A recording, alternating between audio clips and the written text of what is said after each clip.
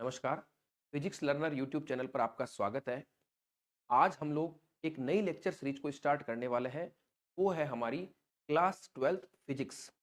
ये lecture series आपके चाहे सीबीएसई बोर्ड हो या अन्य किसी भी स्टेट का बोर्ड हो, उसके लिए समान रूप से उपयोगी रहने वाली है।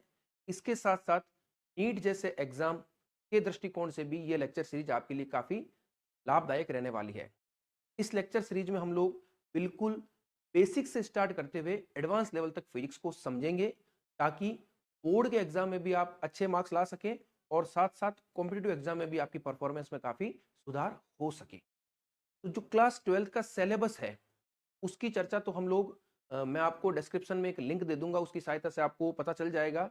हम लोग आज सीधे टॉपिक को ही स्टार्ट करते हैं। जो सबसे पहला चैप्टर या टॉपिक हमें पढ़ना होगा वो है हमारा इलेक्ट्रोस्टैटिक्स या स्थिर वैद्युतिकी। और ये आप चाहे किसी भी बोर्ड में पढ़िए, चाहे सीबीएसई बोर्ड की बात हो, जो आपकी फिजिक्स की बुक होगी, जो स्टैंडर्ड एनसीईआरटी की बुक है, उसमें पहला चैप्टर आपका यही है। और यहीं से हम सिलेबस को पढ़ना स्टार्ट करते हैं। आइए हम स्टार्ट करते हैं। तो देखिए, सबसे पहला प्रश्न हमारे सामने आता है कि जिस चैप्टर को हम स्टार्ट कर रहे हैं स्थिर वैद्युतिकी, उसका मीनिंग क्या है ना? What does it implies? ये क्या बता रहा है? आप इस इलेक्ट्रोस्टैटिक शब्द से क्या समझते हैं? तो ये शब्द समझने से पहले हमें कुछ और इंपॉर्टेंट बातों को सीखना पड़ेगा, तब हम लोग इलेक्ट्रोस्टैटिक्स को काफी अच्छे से समझ और सीख पाएंगे। तो चलिए, सबसे पहला टॉपिक जो इस चैप्टर में हमें सीखना है वो सीखना है चार्ज या आवेश। सबसे पहला टॉपिक आप लोग यहाँ पर पढ़ोगे वो होगा आपका चार्ज, तो आप कहते हो आवेश। तो आवेश क्या होता है उसकी हम चर्चा करते हैं। तो देखिए, मैं आपको थोड़ा सा आइडिया देता हूं। अब आवेश को आपको अगर समझना है तो इसके लिए एक एग्जाम्पल के थ्रू हम समझते हैं। जैसे मान लीजिए कोई भी पर्सन है, कोई भी ह्यूमन बीइंग है, जैसे मैं हो गया, आप हो गए। तो अगर मैं किसी भी पर्सन की बात करूं, तो आप ऐसे समझिए थोड़ा। कोई भी मान लीजिए पर्सन है, जीवित व्यक्ति है, तो उसमें आपको दो प्रॉपर्टीज अपने आप से ही मौजूद नजर आती है, इनहेरेंट होती है उसमें। क्या क्या? एक तो वो व्यक्ति सोएगा ही सोएगा, स्लीपिंग। और दूसरी नजर आती है आपको ईटिंग। जीवित रहने के लिए आपको खाना भी पड़ेगा, सोना भी पड़ेगा। तो ये दो ऐसे गुण हैं जो पर्सन के होने के कारण ऑटोमेटिकली उसमें मौजूद होते हैं। तो ठीक इसी प्रकार से अगर देखा जाए तो कोई भी आपके पास मैटर, मैटर का मतलब हो गया पदार्थ, मैटर का सिंपल सा मतलब हो गया क्या? पदार्थ। जैसे मेरे हाथ में ये पेन है, ये भी एक मैटर है, ठीक है ना? ये बोर्ड है जिस पर मैं बना रहा हूं, वो भी एक मैटर है। तो कोई भी पदार्थ हो, उसके भी दो इनहेरेंट प्रॉपर्टीज होती है। क्या? एक तो उसका मास होगा और दूसरा उसका चार्ज होगा। इस चार्ज वर्ड की आप बात कर रहे हो ना, चार्ज, वो चार्ज बेसिकली यही है। चार्ज क्या हो जाएगा? कोई भी पदार्थ जिन कणों से भी मिलकर के बना है, उसकी एक इंट्रिंसिक प्रॉपर्टी होती है, उस पर चार्ज होता ही होता है। या इसको आप ऐसे भी समझ सकते हो कि किसी भी पदार्थ के अस्तित्व में होने के कारण उसमें चार्ज आपको मौजूद नजर आएगा ही आएगा। ये प्रकृति ने ऐसा बनाया कि कोई भी वस्तु है तो उस पर आवेश होगा ही होगा। इस संदर्भ में अगर इस परिभाषा को मैंने यहां पर लिखा है, उसको आप देखिए। मैंने लिखा है, देखो, आवेश क्या लिखा है कि आवेश पदार्थ को निर्मित करने वाले मूल कणों का नेज गुण है। थोड़ा टिपिकल सा वर्ड है लेकिन हिंदी में लिखा हुआ है। नेज का मतलब हो जाएगा इंट्रिंसिक प्रॉपर्टी। नेज गुण का मतलब होता है इंट्रिंसिक, जो पहले उसमें मौजूद है, इंट्रिंसिक प्रॉपर्टी। अर्थात यह गुण पदार्थ के अस्तित्व में होने के कारण स्वतः ही उत्पन्न होता है। क्या कहा मैंने? प्रकृति ने बनाई ऐसा है कि पदार्थ है तो उसमें आवेश होगा ही होगा। तो ये इसकी एक बेसिक सी डेफिनेशन हो गई। एक डेफिनेशन आप इसको ऐसे भी समझ सकते हो कि जब कभी भी आप किसी पदार्थ को विद्युत क्षेत्र या चुंबकीय क्षेत्र में रखते हो, वो एक प्रकार के बल का अनुभव करता है। मैंने क्या शब्द बोला कि मान लीजिए आपने किसी, कोई आपके पास पदार्थ है, ठीक है ना? इस पदार्थ को जब आप किसी विद्युत क्षेत्र या चुंबकीय क्षेत्र, अब ये सब क्या है? ये सब धीरे धीरे आपके इस बुक में सारे शब्द आपको सीखने को मिलेंगे, आप घबराना मत बिल्कुल, ठीक है ना? अभी सिर्फ समझिए, ये सब शब्द आगे डिटेल में आएंगे। तो मान लीजिए किसी पदार्थ को आप विद्युत क्षेत्र या चुंबकीय क्षेत्र में रखते हो, तो वो एक बल का अनुभव करता है। मतलब उस पर क्या लगता है? एक बल लगता है, वो आपको नजर आता है। वो जो बल भी लग रहा है वो किस कारण से लग रहा है? इस पदार्थ में किसकी मौजूदगी है? इस पदार्थ में आवेश की मौजूदगी। ये भी चेक करने का एक तरीका है कि बल क्यों लग रहा है, क्योंकि उसमें आवेश है। दोनों ही चीजें हो गई। इसके अलावा आवेश की एक डेफिनेशन और होती है जिसको हम धारा के संदर्भ में भी समझ सकते हैं। कैसे समझ सकते हो आप? जैसे आपने विद्युत धारा की परिभाषा पढ़ी होगी, विद्युत धारा की परिभाषा क्या होती है? आप लोग एक बेसिक फॉर्मूला क्लास 9 10 में समझते हो, I is equal to dq by dt। ये बिल्कुल बेसिक फॉर्मूला है, ठीक है। तो धारा क्या होती है? आवेश प्रवाह की दर, ठीक है ना। और आवेश का मतलब क्या हो जाएगा? आवेश का मतलब मैंने आपको इस तरह की चीजें बता दी, तो ये फॉर्मूला भी थोड़ा आगे काम आएगा, आप देखिएगा। ये बिल्कुल बेसिक डेफिनेशन है जो मैंने आपके यहाँ पर लिख दी है। अब देखिए, कुछ और इंपॉर्टेंट चीजों को यहाँ हम डिस्कस करते हैं। तो अगर मैं आवेश की बात करता हूं, तो आपको पता है, देखिए फिजिक्स में हमेशा क्या होता है कि जब कभी भी आप किसी नई फिजिकल क्वांटिटी, किसी भी नई भौतिक राशि को पढ़ते हो, तो हम लोगों को उस भौतिक राशि के मात्रक की जानकारी होनी चाहिए, यानी यूनिट की, और उसके डायमेंशनल इक्वेशन की भी जानकारी होनी चाहिए। ये सबसे इंपॉर्टेंट चीज है, क्योंकि मात्रक और विमीय समीकरण की सहायता से आप काफी न्यूमेरिकल क्वेश्चन को डायरेक्टली कर सकते हो। आपको पता भी है, आपने क्लास 11 में हमारा जो सबसे पहला चैप्टर था यूनिट एंड डायमेंशन, वो इसीलिए सिखाया जाता है। चलिए हम बात करते हैं आवेश की। तो अगर आवेश के मात्रक की बात की जाए, ठीक है ना, यूनिट की, तो इसकी यूनिट क्या होती है? इसकी यूनिट होती है कूलाम। क्या होती है? कूलाम। तो आप कैपिटल सी से दर्शा, और ये यूनिट इसकी कौन सी यूनिट है? ये इसकी कौन सी यूनिट है? एसआई यूनिट है, सिस्टम ऑफ इंटरनेशनल। तो आप एम कैसे पत्ती कहते हो ना, वो यूनिट है। ये इसकी हो गई यूनिट। एक यूनिट इसकी और होती है, देखो ये डेफिनेशन मैंने लिखी है ना, I is equal to d q by d t, ठीक है ना। तो यहां से अगर मैं क्यू देखूं तो क्यू क्या हो गया? आई इंटू टी। आई का मात्रक क्या होता है? धारा का मात्रक होता है आपका एम्पियर, और टाइम का मात्रक क्या होता है? सेकंड। तो एक इसका मात्रक क्या हो गया आपका? देखो, एक तो कूलाम हो गया, और दूसरा मात्रक हो गया आपका एम्पियर सेकंड। ये दूसरा मात्रक हो गया। तो आप अगर ऐसा भी लिख सकते हो, एम्पियर सेकंड, दोनों एक ही बात।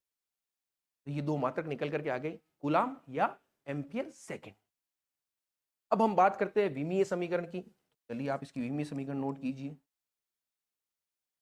विमीय समीकरण, डायमेंशनल इक्वेशन।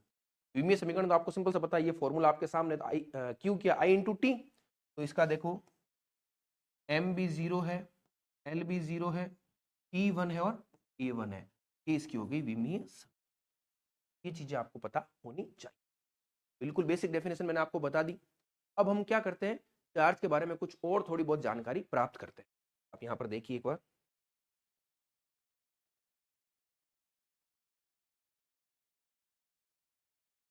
देखिए आपको एक चीज पता है कि अगर मैं प्रकृति के आधार पर बात करूं, प्रकृति के अनुसार आवेश मूलतः दो प्रकार के होते हैं। चार्जेस जो होते हैं वो आपके अकॉर्डिंग टू नेचर, ठीक है ना, दो प्रकार के होते हैं। कौन कौन से आप जानते भी हो। एक होता है आपका धनात्मक आवेश, को आप पॉजिटिव चार्ज कहते हो, ठीक है, इसको आप एक तरह से प्लस से दर्शाते हो। और दूसरा होता है आपका ऋणात्मक आवेश, को आप नेगेटिव चार्ज करते हो और माइनस से दर्शाते हो। ये भी चीज बिल्कुल बेसिक है, आपको पता है। और याद रखना, चार्ज का बेसिक सा मतलब हम इलेक्ट्रॉन से लेते हैं, ठीक है ना, इलेक्ट्रॉन से, ये ध्यान रखना, ठीक है ना। अगर मैं कह रहा हूं कि मान लीजिए किसी वस्तु से आवेश की कमी हो रही है, ठीक है ना, कोई भी वस्तु, जैसे मान लीजिए सपोज करो ये पेन, ये आवेशित है, मैंने कह दिया इसमें से आवेश की कमी हो रही है, इसका मतलब क्या हो गया? इसमें से कुछ इलेक्ट्रॉन निकल गए। अगर इस वस्तु में आवेश में वृद्धि हो रही है, इसका मतलब इसमें कुछ इलेक्ट्रॉन गए। ये बिल्कुल बेसिक चीज आप ध्यान रखना, आवेश को हमेशा इलेक्ट्रॉन के संदर्भ में आप देखो। ये दो प्रकार हो गए। फिर एक और बेसिक सी चीज है कि सपोज कीजिए दो आवेश आपस में जब पास पास में आते हैं, तो उनमें क्या होता है? हमेशा एक प्रकार का इंटरेक्शन होता है। वो इंटरेक्शन एट्रैक्टिव टाइप का भी हो सकता है, और वो इंटरेक्शन रिपल्सिव टाइप का भी हो सकता है, ठीक है। तो कब वो एट्रैक्टिव होगा और कब वो रिपल्सिव होगा, ये आपको पता होना चाहिए। तो देखो यहां पर मैं कुछ केस लिखता हूं। सपोज करो दो प्लस चार्ज एक दूसरे के पास में आ गए। कौन से? दो प्लस चार्ज, या दो माइनस चार्ज जो है वो एक दूसरे के पास में आ गए। इसका क्या मतलब है? दोनों की प्रकृति समान है। तो याद रखना, जब दो समान प्रकृति वाले आवेश एक दूसरे के निकट आते हैं, इन दोनों के बीच जो इंटरेक्शन होता है वो किस प्रकार का होता है? वो प्रतिकर्षण टाइप का होता है। प्रतिकर्षण यानी रिपल्सिव, ये ध्यान रखना, रिपल्सिव टाइप का इंटरेक्शन होता है दो समान प्रकृति के आवेशों में। उसी प्रकार से मान लीजिए आपके पास एक प्लस एक माइनस हो गया, या एक माइनस दूसरा प्लस हो गया। तो इस प्रकार की सिचुएशन में जो आपका इंटरेक्शन होता है वो कैसा होगा? आकर्षण टाइप। कैसा होगा? आकर्षण। तो हम कहते हैं एट्रैक्टिव। ये बिल्कुल बेसिक चीजें आपको पता है, लेकिन क्योंकि हमने कहा ना बेसिक से स्टार्ट करेंगे, तो एक चीज को हम यहाँ पर डिस्कस करने वाले हैं और हर चीज को मैं यहाँ पर लिखूंगा, तो आपके लिए बहुत आसान रहेगा। वीडियो को आराम से आप सुन लीजिए, पॉज कर लीजिए और चीजों को नोट कर लीजिए। एक एक चीज मैं यहाँ पर लिखने वाला हूँ, आपको अलग से कोई नोट्स बनाने की भी आवश्यकता नहीं रहेगी। तो ये हमारे हो गई आवेश के बारे में कुछ सामान्य सी चर्चाएं। अब देखिए, अब आवेश के कुछ बेसिक प्रॉपर्टीज भी होती है, कुछ गुणधर्म भी होते हैं। उन गुणधर्मों को हम यहाँ पर जरूर चर्चा करेंगे, वो बहुत इंपॉर्टेंट है। एग्जामिनेशन पॉइंट ऑफ व्यू से उनमें से क्वेश्चन पूछे जाने की संभावना हमेशा रहती है। चलिए देखो मैंने क्या लिखा है, आवेश के गुणधर्म, बेसिक प्रॉपर्टीज ऑफ चार्ज। तो देखिए मैंने यहाँ पर 4 गुणधर्म लिखे हैं। इन चारों को हमें डिटेल में पढ़ना पड़ेगा, तो हम पहले एक एक करके इनके बारे में देख लेते हैं क्या क्या है, फिर इनको डिटेल में हम पढ़ते चलेंगे। सबसे पहला मैंने लिखा है कि जो विद्युत आवेश होते हैं उनमें योज्यता का यानी एडिटिविटी का गुण पाया जाता है। क्या है अभी बताऊंगा। दूसरा गुण लिखा है विद्युत आवेश का संरक्षण यानी कंजर्वेशन ऑफ चार्ज। तीसरा लिखा है आवेश का क्वांटीकरण यानी क्वांटाइजेशन ऑफ चार्ज। और चौथा मैंने लिखा है विद्युत आवेश की निश्चरता यानी इनवेरियंस ऑफ चार्ज। तो ये अब 4 प्रॉपर्टीज आपको पता होनी चाहिए आवेश के गुणधर्म। अब हम इनको एक एक को लेते हुए चलते हैं और डिटेल में डिस्कस करते हैं। इस लेक्चर में चूंकि मैंने आपको पहले बताया हमारी लेक्चर सीरीज को हम बड़े बड़े लेक्चर प्रोवाइड नहीं कराएंगे, बहुत छोटे छोटे लेक्चर ताकि आप आराम से सुन सको। तो इस लेक्चर में हम लोग क्या करेंगे, पहले वाले जो 2 प्रॉपर्टीज है उनको डिस्कस कर लेते हैं। रिमेनिंग 2 प्रॉपर्टीज को हम क्या करेंगे, एक सेपरेट लेक्चर के माध्यम से डिस्कस करेंगे, क्योंकि ये थोड़ी बड़ी भी है और इंपॉर्टेंट भी है। चलिए सबसे पहले विद्युत आवेशों की योज्यता को देखते हैं। यहां पर देखिए मैंने कुछ लाइन लिखी, उसको आप एक बार सुनिए। मैंने यहां पर लिखा है किसी निकाय पर कुल आवेश का मान उसमें उपस्थित सभी आवेशों के बीजगणितीय योग के बराबर होता है। अब आप इसको मान लीजिए, सपोज कीजिए मेरे पास ये एक पेन है, कोई एक सिस्टम है। ये सिस्टम है, ये कई सारे कणों से मिलकर के बना है और हर कण पर क्या है, आवेश है। तो डायग्राम से देखिए, मान लीजिए कोई मेरे हाथ में जो पेन है उसको मैंने इस तरह से बना लिया और ये कई सारे कणों से मिलकर के बना है। इस प्रकार से मान ले कई सारे कणों से मिलकर के बना है। हर एक कण पर आवेश है। इस पर मान लीजिए Q1 है, इस पर Q2 है, इस पर Q3 है। हो सकता है किसी पर नेगेटिव चार्ज हो, -Q4, -Q5, ये कोई +Q6, इस प्रकार की सिचुएशन हो।